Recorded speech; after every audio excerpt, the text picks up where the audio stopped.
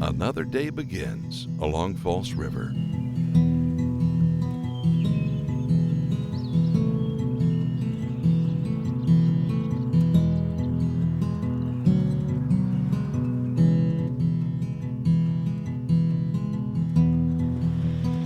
The farmer begins his day.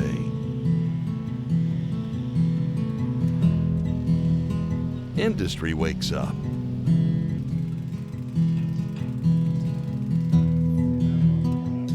And friends catch up. False River is that kind of place.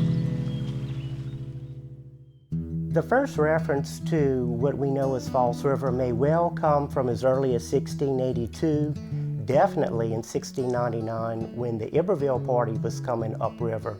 Native American guides guided them through a 4-mile cutoff channel being formed in process rather than going around 22-mile long bend of the Mississippi. False River, being so close to Baton Rouge and Lafayette, and relatively speaking to New Orleans, has made it a recreation center since at least the turn of the century. It's one of the great drawing cards, and it's one of the great identifiers of what this place is and who we are to the world. False River is part of Louisiana history and culture. It's as simple as that.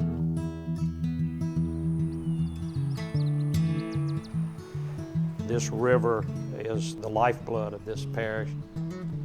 It is a jewel for everybody, and it's a place to keep our kids off the street. It's so enjoyable, it's such a family atmosphere, and it's just not New Roads or the surrounding communities or the people that live here, but it is the state as a whole. Louisianians just love water, and when we think of a good time, we think of something on the water, on the beach. But since False River's here, I mean, it can happen almost daily.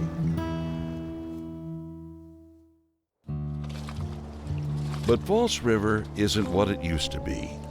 And the longer help waits, the worse things get.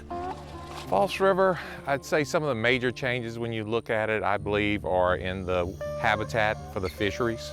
At one time, you could see there were grass beds all along the lake, along the shoreline. Those aren't there anymore. The turbidity of the lake has increased a lot. You'll see the water has a lot more sediment in it. And just overall, there have been changes along the river, going more from perhaps more of a fishing camp type regime to a more developed situation. The solutions we are looking at basically are threefold. You're looking at, on the one end, outreach and education. Some of the drainage issues we need to start looking at, both from the amount of water flowing into the lake as well as some of the sediment and some of the chemicals. We want to try to address those to decrease the influx or slow that influx down so that vegetation can take care of it. And finally, it's looking down the road, having management procedure in place so that, on the long term, the parish and the people can keep any improvement that will come about from us making change in the system. We want False River to be as good of a resource as it can be for the people of Pointe-Coupee Parish and for the entire state of Louisiana. When I first moved here, immediately I said it's the most beautiful place in the world. And I still think that after 60 years. Basically, our restaurant got started because of the fishermen. It started as a bait shop. We still have fishermen, we still have tournaments, but not like in those days. I met my friend at Bonaventure's Landing, and we were fishing about 15 minutes, and we caught a couple of fish. And this fish came along and took my line and did a few tail walks and got us all excited, and we got it in the boat. Oh my God, look at that fish. Look at it. That was an amazing day in my life. 24 years ago, when this fish came in, it was a big thing, and we had catch lots of fish then. Real sad that we have to go hundreds of miles to fish when we have a beautiful lake out here and know it can be productive. False River, there is some perception that it is not as good as it used to be, and I think that's probably true. In the past, False River was fabulous. Recreational fisheries in Louisiana is a billion-dollar business, and we depend on people to come here, enjoy themselves, and spend their money.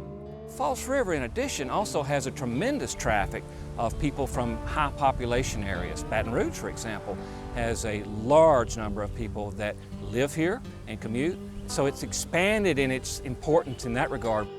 To me, it's important that Louisiana fisheries draw people and that we make our own people very happy with the God-given gift we have here in terms of fisheries. We've got quite a fisheries here, and the least we can do is make the most out of it.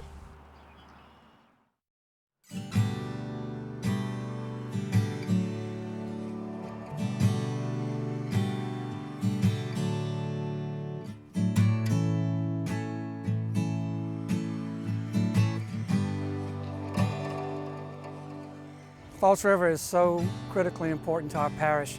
If this lake would continue to deteriorate, it would absolutely crush our parish. It would crush the social and economic and cultural charm that you see here in the parish.